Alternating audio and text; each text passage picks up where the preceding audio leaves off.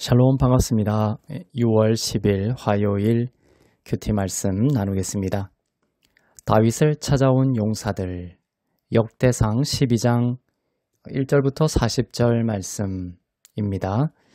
38절부터 40절 말씀을 읽겠습니다. 나머지 본문은 아래 게시글을 참고해 주시기 바랍니다.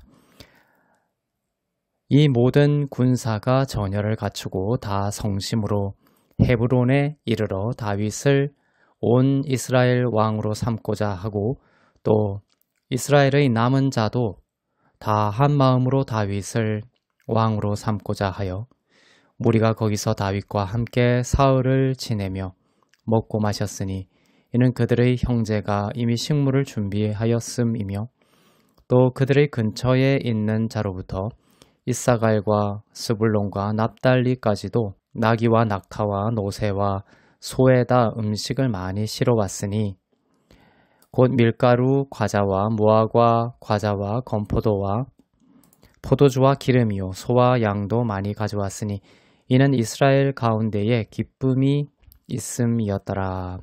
아멘. 오늘 본문은 사울의 나라가 저물고 있고 다윗의 나라가 세워지고 있는 그림입니다. 사울의 나라는 사람의 나라이지만 다윗의 나라가 상징하는 것은 그리스도께서 통치하시는 나라입니다. 다윗은 하나님의 마음에 합한 자였습니다. 다윗의 마음 중심에는 예수 그리스도가 계셨습니다. 다윗은 예수 그리스도를 갈망하던 왕이었습니다. 로마서 4장 6절부터 8절을 보면 알 수 있습니다. 제가 읽겠습니다. 일한 것이 없이 하나님께 의로 여기심을 받는 사람의 복에 대하여 다윗이 말한 바 불법이 사함을 받고 죄가 가려짐을 받는 사람들은 복이 있고 주께서 그 죄를 인정하지 아니하실 사람은 복이 있도다 함과 같으니라. 구약을 껍질로 읽으면 다윗이 그리스도를 얼마나 중심에 두고자 했는지를 파악하기가 쉽지 않지만 성령은 다윗이 그리스도의 때를 고대하고 또 고대했음을 신약의 로마서 4장 말씀을 통해서 가르쳐 주고 계십니다. 다윗은 이 일을 하지 않았는데도 하나님께 의롭게 여겨지는 참된, 참 복된 시대를 고대했습니다. 새 언약의 시대, 곧 예수님이 오실 그때를 갈망했습니다. 불법이 용서함을 받는 시대였습니다. 죄가 가려짐을 받는 시대였습니다. 주님이 그 죄를 인정하지 아니하실 시대였습니다. 바로 예수님이 십자가를 완성하실 시대입니다. 우리가 바로 그 시대입니다. 우리는 그 시대를 지나고 있습니다. 다윗은 우리의 시대를 갈망했죠. 다윗은 예수님의 은혜의 시대를 고대했고 완전한 수준은 아니었지만 죄사함과 의롭게 하심을 나타내는 그리스도의 통치적 형태를 구현하는 삶을 살았고 그러한 나라를 세워가려고 했던 것입니다.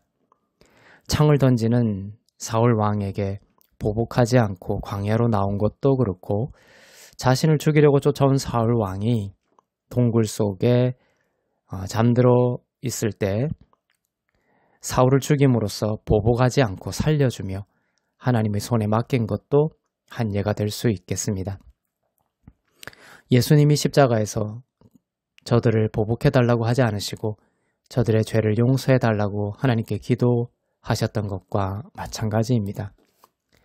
다윗 안에 그리스도의 통치를 추구하는 마음이 있었기에 하나님은 같은 마음을 가진 용사들을 지파마다 보내주셔서 그리스도의 통치 속에 살기를 원하는 같은 마음으로 다윗을 돕게 하시고 다윗을 왕으로 세워 그리스도께서 통치하시는 하나님의 나라를 상징하는 나라를 이루게 하셨습니다. 다윗이 블레셋에 망명하여 시글락에 머물 때 아말렉 족속이 다윗과 부하들의 가족을 사로잡아 간 적이 있습니다. 다윗이 부하들을 거느리고 추격해서 아말렉의 도둑대를 치고 가족들을 데려왔는데 이때 므낫세 지파 용사들이 다윗을 도왔습니다. 사울 왕이 속한 베냐민 지파도 다윗을 지지하러 시글락으로 왔습니다. 갓 지파도 요단강을 건너 광야의 다윗을 도우러 왔습니다. 다윗은 그들이 붙잡을 만한 줄이 되기는커녕 자기 미래도 불투명한 신세였습니다. 그러나 그들은 다윗 안에 있는 그리스도에게로 이끌림을 받아 다윗을 도왔고 한 마음으로 다윗을 리더로 하는 그리스도가 통치하는 하나님의 나라를 상징하는 다윗의 나라를 함께 세웠습니다. 38절에 보면 다윗을 왕으로 세우기 위해 12지파에서 헤브론으로 찾아왔고 한 마음으로 다윗을 왕으로 삼았습니다. 다윗이 왕 위에 오른 후 백성들은 사흘 동안 연회를 열었고 이스라엘에 기쁨이 가득했습니다. 이 기쁨은 장차 예수께서 오셔서 세우실 하나님의 나라 안에 가득할 기쁨을 상징합니다. 다윗이 왕으로 세워졌을 때 이렇게 기뻐했다면 실체이신 예수께서 오셔서 우리의 죄를 영원히 그의 십자가로 사하시고 의롭게 하실 그때의 기쁨은 얼마나 더 하겠습니까? 놀랍고 감사한 것은 우리 가운데 예수님으로 인한 하나님의 나라가 시작되었다라는 것입니다. 거듭난 우리들은 사랑과 은혜로 통치하시는 예수 그리스도께로 한 마음으로 모인 용사들이고 자녀들입니다. 우리가 고난받으시는 예수님을 십자가에서 버리고 도망쳤으나 예수님은 영원히 우리를 사랑하시고 우리를 버리지 않으시겠다고 약속하시고 그 약속을 보이신 분이십니다. 오늘 본문은 이렇게 끝납니다. 이스라엘 가운데 기쁨이 있음이었더라. 예수님이 오늘 우리들의 중심에 계심으로 우리 가운데 기쁨이 충만하기를 축복합니다.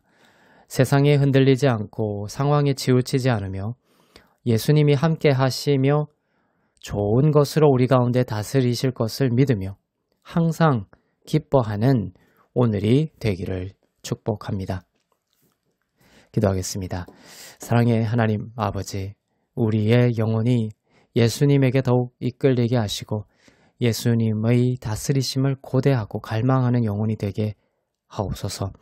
우리와 영원히 함께 하시며 사랑과 은혜로 다스리시는 예수님으로 인해 어느 상황에도 어떤 상황에도 기쁨을 회복하는 은혜를 베풀어 주옵소서.